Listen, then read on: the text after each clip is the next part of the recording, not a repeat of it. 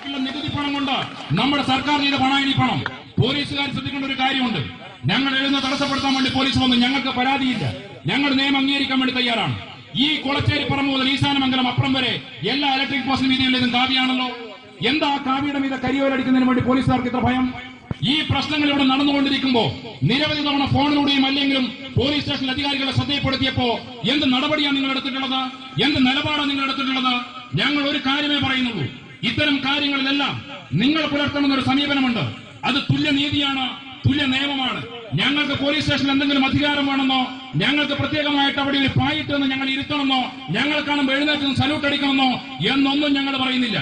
പക്ഷെ ഞങ്ങൾ റോഡിൽ എഴുതുമ്പോ, ഞങ്ങൾ ചുമരെഴുതുമ്പോ നിങ്ങൾ തടയാൻ കാണിക്കുന്ന ആർജവം, അത് ഇവിടുത്തെ ചില കൃമികീടങ്ങൾ ഇമാതിരി കുരുത്തക്കേട് കാണിക്കുമ്പോഴും അത് തയ്യാറാക്കാൻ വേണ്ടി പോലീസ് തയ്യാറായി മുന്നോട്ട് വരുന്നില്ലെങ്കിൽ ചില കാര്യങ്ങൾ ഞങ്ങൾക്ക് കൂടി ചെയ്യേണ്ടി വരും.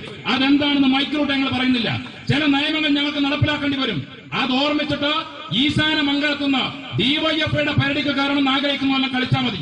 ഇതിലും വലിയ കളി കളിച്ചവനൊക്കെ ഈ കണ്ണൂർ ജില്ലയിൽ ഉണ്ടായിരുന്നു. അവരാരും ഇന്നിപ്പോ ഈ കണ്ണൂർ ജില്ലയിലില്ല.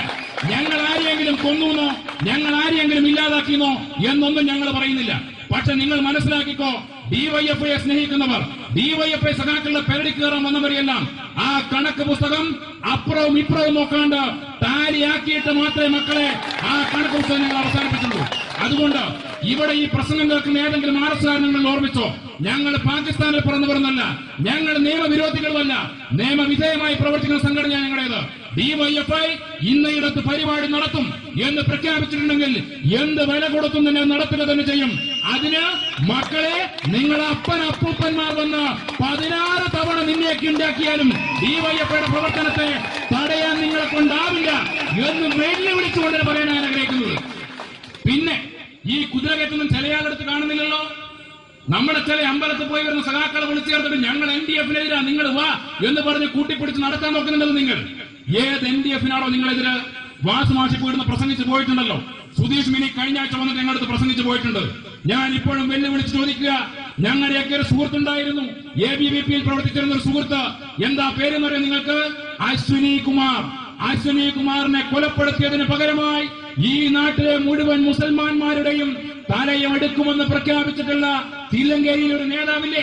നിങ്ങൾ ആരെയെങ്കിലും കൊല്ലണമെന്നോ കലാപുണ്ടാക്കണമെന്നോ എന്നൊന്നും ഞങ്ങൾ പറയുന്നില്ല. പക്ഷേ ഗൾഫിൽ നിന്നൊരു ഇന്റർനെറ്റ് കോള് വന്നപ്പോ നാട്ടുഭാഷ പറഞ്ഞാൽ ഏറുകൊണ്ട കൊടിയെന്നായി ഓടി ഒളിക്കുന്ന പോലെ ഓടി ഒളിച്ചിട്ടുള്ള നിങ്ങള് എന്തടിസ്ഥാനത്തിലാണോ ഡിവൈഎഫ്ഐയുടെ പേര് കയറാൻ വരുന്നേ? സുധീഷ് മിന്നി പറഞ്ഞത് കോടികൾ മറഞ്ഞു എന്നാ. ഏതൊരു കച്ചവടത്തില്? അശ്വിനി കുമാറിനെ കൊലപ്പെടുത്തിയ കച്ചവടത്തില്. അശ്വിനി കുമാറിന്റെ വീട്ടിൽ 15 ലക്ഷം കൊടുത്തു പോലും, ബാക്കി തുകയെടുത്ത് വേറൊരുത്തൻ റബ്ബർ എസ്റ്റേറ്റ് മേടിച്ചു പോലും. ആ കഥയിലേക്കൊന്നും ഞങ്ങൾ കടക്കുന്നില്ല. അശ്വിനി കുമാർ പറഞ്ഞത് തെറ്റായിരുന്നുവെങ്കിൽ എന്തേ നിങ്ങൾ നിയമവിധേയമായി ചോദ്യം ചെയ്യാതിരുന്നത്? അശ്വിനി പറഞ്ഞത് എന്ന് പറഞ്ഞാൽ സുധീഷ് മിന്നി പറഞ്ഞത് ശരിയാണ് എന്ന് ബോധ്യപ്പെടുത്താൻ ഞങ്ങൾക്ക് ചില ന്യായീകരണങ്ങളുണ്ട്. എന്താ കാരണം? അശ്വിനി കുമാറിനെ കൊന്ന കേസിൽ ഇനിയും പ്രതികളെ പൂർണ്ണമായി അറസ്റ്റ് ചെയ്തിട്ടില്ല. 1. 2, ഇനിയും കുറ്റപത്രം പോലീസ് കൊടുത്തിട്ടില്ല. കോടതിയിൽ വിചാരണ തുടങ്ങിയിട്ടില്ല. കണ്ണൂർ കോടതി, തലശ്ശേരി കോടതി, ഹൈക്കോടതി, സുപ്രീം കോടതി വിചാരണ നടത്തി ശിക്ഷിച്ച് ഇപ്പോ എല്ലാവരും പുറത്തിറങ്ങിയ കേസ്. ആ കേസ് CBI അന്വേഷിക്കണമെന്ന് പറഞ്ഞിട്ട് വായുമ്പോൾ നിലവിളിക്കുന്ന നിങ്ങൾ എന്തേ അശ്വിനി കുമാറിന്റെ ഇനിയും പ്രതികളെ പിടിക്കാത്ത കേസിന് വേണ്ടിയിട്ട് CBIയെ വിളിക്കാത്തത്? അത് വിളിച്ചാൽ മറഞ്ഞ കോടികൾ, ലക്ഷങ്ങൾ, റബ്ബർ എസ്റ്റേറ്റ് എല്ലാം പുറത്തു വരുമെന്നുമുള്ള ഭയം തന്നെ. 2ാമത് സച്ചിൻ ഗോപാൽ. ഇവിടെ അടുത്ത ഈ കടവ്, പുല്ലൂപ്പി കടവ് കടന്നാൽ നമുക്ക് കാണാം ഏത് സച്ചിന്റെ ബോർഡ്. എവിടുന്നാ കൊന്നത്? പള്ളിക്കുന്ന് സ്കൂളിന് മുന്നിൽ. ആരാ കൊന്നത്? NDF കൊന്നത്.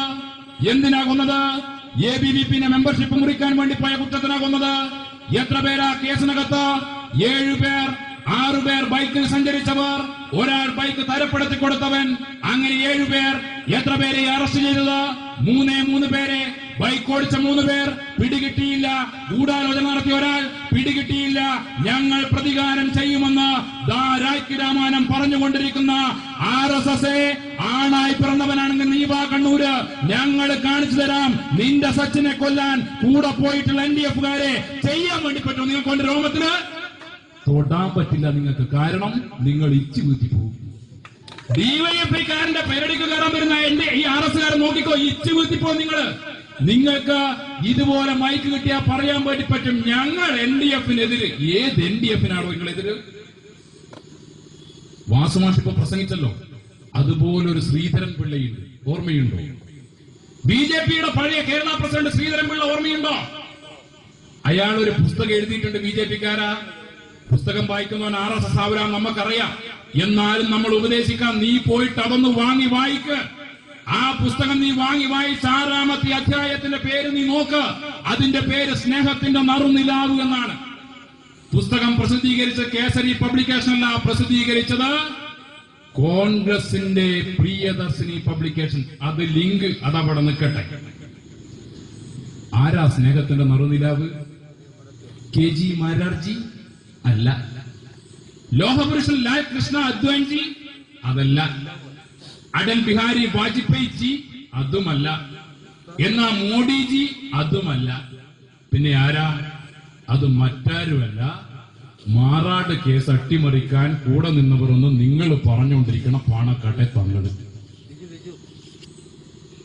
LDF-നെതിരാണ്, മാപ്പിളാർക്കെതിരാണെന്ന് പറയുമ്പോ മുട്ടം വടിയെടുത്ത് തുള്ളിക്കളിക്കുന്ന ഇവിടുത്തെ തവളക്കുഞ്ഞുങ്ങൾ ഓർത്തോ, നിങ്ങൾ പൊട്ടക്കണത്തിലെ മാക്കിയള. അവിടെ നിങ്ങളുടെ നേതാക്കന്മാർ LDF-ന്റെ അടുത്ത് കാശ് വാങ്ങുക, നിങ്ങൾ ഒറ്റുകൊടുക്കുക, അങ്ങനെ നാട്ടിൽ വർഗീയത ഉണ്ടാക്കുക. എന്തിനാ വർഗീയത ഉണ്ടാക്കുന്നത്? ഇവിടെ വിലക്കയറ്റമുണ്ട്, ഇവിടെ അഴിമതിയുണ്ട്, ഇവിടെ തൊഴിലില്ലായ്മയുണ്ട്, ഇവിടെ കൃഷിക്കാരൻ ആത്മഹത്യ ചെയ്യുന്നുണ്ട്. അതിനെപ്പറ്റി ആരും മിണ്ടരുത്. അതാണ് നിങ്ങളുടെ ആശയം. വിലക്കയറ്റം പറയാൻ വേണ്ടി ഒരു വീട്ടിൽ സ്കൂള് പോകുമ്പോ അയാളുടെ മനസ്സുരുകുക. എന്തിനാ ഉരുകുന്നത്? എന്റെ പ്രായപൂർത്തി പോലും ആകാത്ത മകളെ പിച്ചു ചിന്തി അയൽപക്കത്തെ ഹൈന്ദവൻ, അയൽപക്കത്തെ മുസൽമാൻ, അയൽപക്കത്തെ ക്രൈസ്തവൻ, അവനെ ഇല്ലാണ്ടാക്കാൻ എളിയിൽ കത്തിയുമായി നടക്കുന്നവന്റെ മനസ്സിൽ എങ്ങനെ വരാനാ വിലക്കയറ്റം? എങ്ങനെ വരാനാ തൊഴിലില്ലായ്മ? എങ്ങനെ വരാനാ കൃഷിക്കാരന്റെ ആത്മഹത്യ?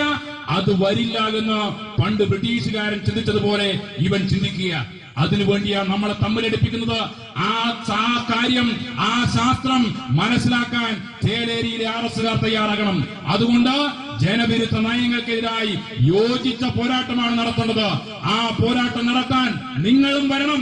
ഡിവൈഎഫ്ഐയുടെ സുപ്രഭാതക്ക് കീഴെ വാസു മാസ്റ്റർക്ക് പിറകെ, അശോകന് പിറകെ, സുധീഷ് മില്ലിക്ക് പിറകെ, ഒരു സംശയവും വേണ്ട, ഈശാനമംഗലത്തുള്ള മുഴുവൻ ആളുകളും ഡിവൈഎഫ്ഐയുടെ പിറകിൽ വരിക തന്നെ ചെയ്യും. ആ വരുന്നത് ഇല്ലാതാക്കാൻ ചില കുട്ടിക്കൊരന്മാർ ഞങ്ങളുടെ കൊടി കീറാനും, ഞങ്ങളുടെ ഫ്ലക്സ് നശിപ്പിക്കാനും, ഞങ്ങളുടെ ഡെക്കറേഷൻ ഇല്ലാതാക്കാനും ഒക്കെ വന്നാൽ മക്കളെ, ഇതിന്റെ ചുറ്റുവട്ടത്തുനിന്ന് ഒന്ന് പുറത്തിറങ്ങണമെന്ന് ഞങ്ങൾ തീരുമാനിക്കും. ആ തീരുമാനം ഞങ്ങളെ കൊണ്ട് എടുപ്പിക്കാൻ വേണ്ടി പാടില്ല എന്ന് മാത്രം മിതമായി പറഞ്ഞു വെച്ചുകൊണ്ട്